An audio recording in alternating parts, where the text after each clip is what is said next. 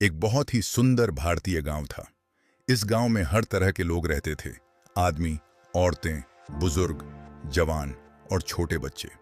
सब लोग मिलजुल कर रहते थे और खेती किसानी का काम करते थे।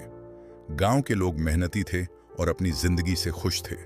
सुबह सूरज उगते ही गांव में रौनक शुरू हो जाती थी। एक दिन गांव के एक परिवार के लोग अपने खेत जाने की तैयारी कर रहे थे। उस परिवार में एक बुजुर्ग दादा, एक आदमी और एक छोटा बच्चा था। उन्होंने अपनी बैलगाड़ी तैयार की।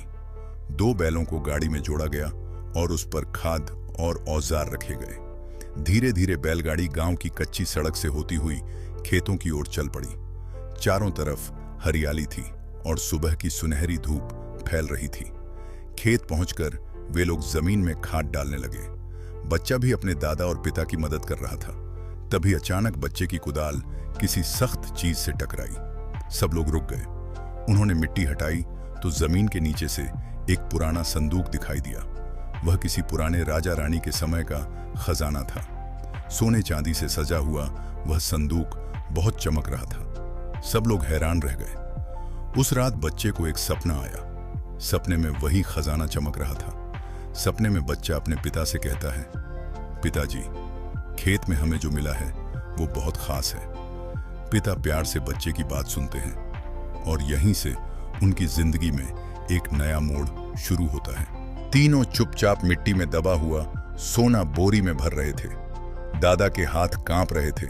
पिता बार बार इधर उधर देख रहे थे और बच्चा उत्साह से चमकती आंखों से सोने को देख रहा था।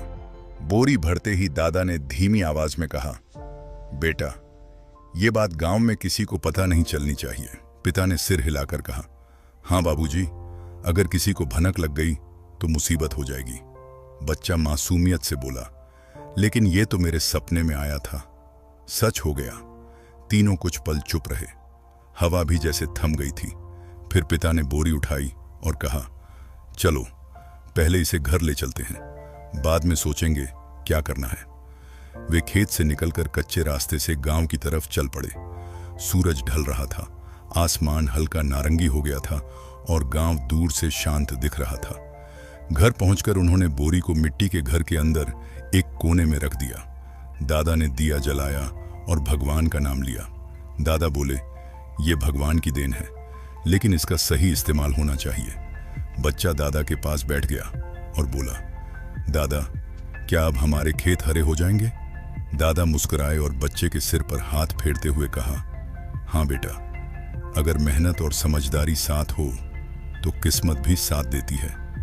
उस रात तीनों को नींद नहीं आई। सोना तो बोरी में था, लेकिन उनके मन में सवाल, डर और उम्मीद तीनों जाग रहे थे।